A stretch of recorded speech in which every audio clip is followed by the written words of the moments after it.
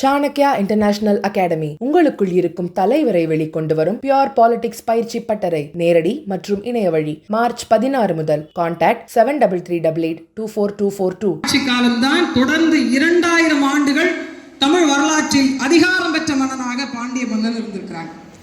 அப்படிப்பட்ட ஒரு பாண்டிய மக்களுடைய கூட்டம் இன்னைக்கு எங்க இருக்கு, அவருடைய நேரடி வாரிசுகள் எங்க இருக்கிறாங்க அப்படின்னு சொல்லப்படாத மறைக்கப்பட்ட வரலாறுகளுக்கு நடுவில் மரியாதைக்குரிய அண்ணன் வினோ அவர்கள் இரட்டை கயலை மீனை வைத்து அதற்கிடையில் தன் மகளை அமர்த்தி இருக்கிறாள். இதோ இருக்கிறாள் பாண்டியர்களின் வாரிசு.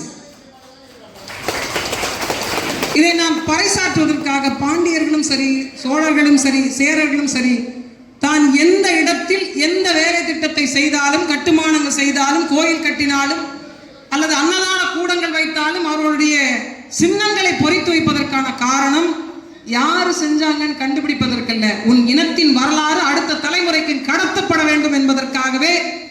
அப்படி ஒரு திறனாய்ந்து வாழ்ந்த கூட்டத்தின் பிள்ளைகள் தான் இன்னைக்கு அரசியல் அதிகாரமற்று, அதிகார பங்கேற்பற்று, நமக்கான பிரச்சனையை யார் நமக்காக பேசுவார்கள் என்ற கேள்வியோடு நின்று கொண்டிருக்கிறோம். இன்றைய தினமான இந்த கூட்டம் என்பது பிள்ளையை வாழ்த்துகின்ற கூட்டம் மட்டுமல்ல, வரலாற்றை அவளுக்கு சொல்லித் தருகின்ற கூட்டமாகவே அமர்ந்திருக்கிறது.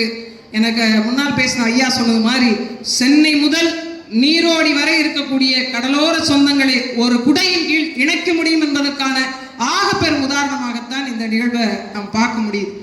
முதல்ல நான் கூட சில சூழல்களில் வர முடியுமா வர முடியாதா அப்படிங்கிற ஒரு நெருக்கடியில் இருந்தேன்.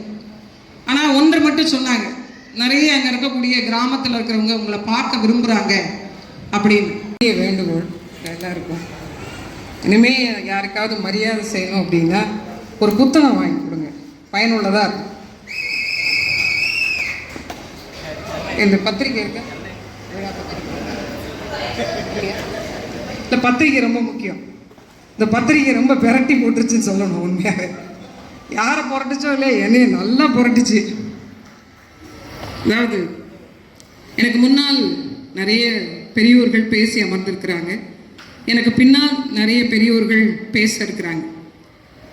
மரியாதைக்குரிய அண்ணன் வினோ அவர்களுடைய அன்பு மகள், எனது மதிப்பிற்கும் மரியாதைக்கும் உரிய அன்னி அவர்களுடைய அன்பு மகள் அனஸ்டினா அவர்களுடைய திருவிருந்து நிகழ்ச்சி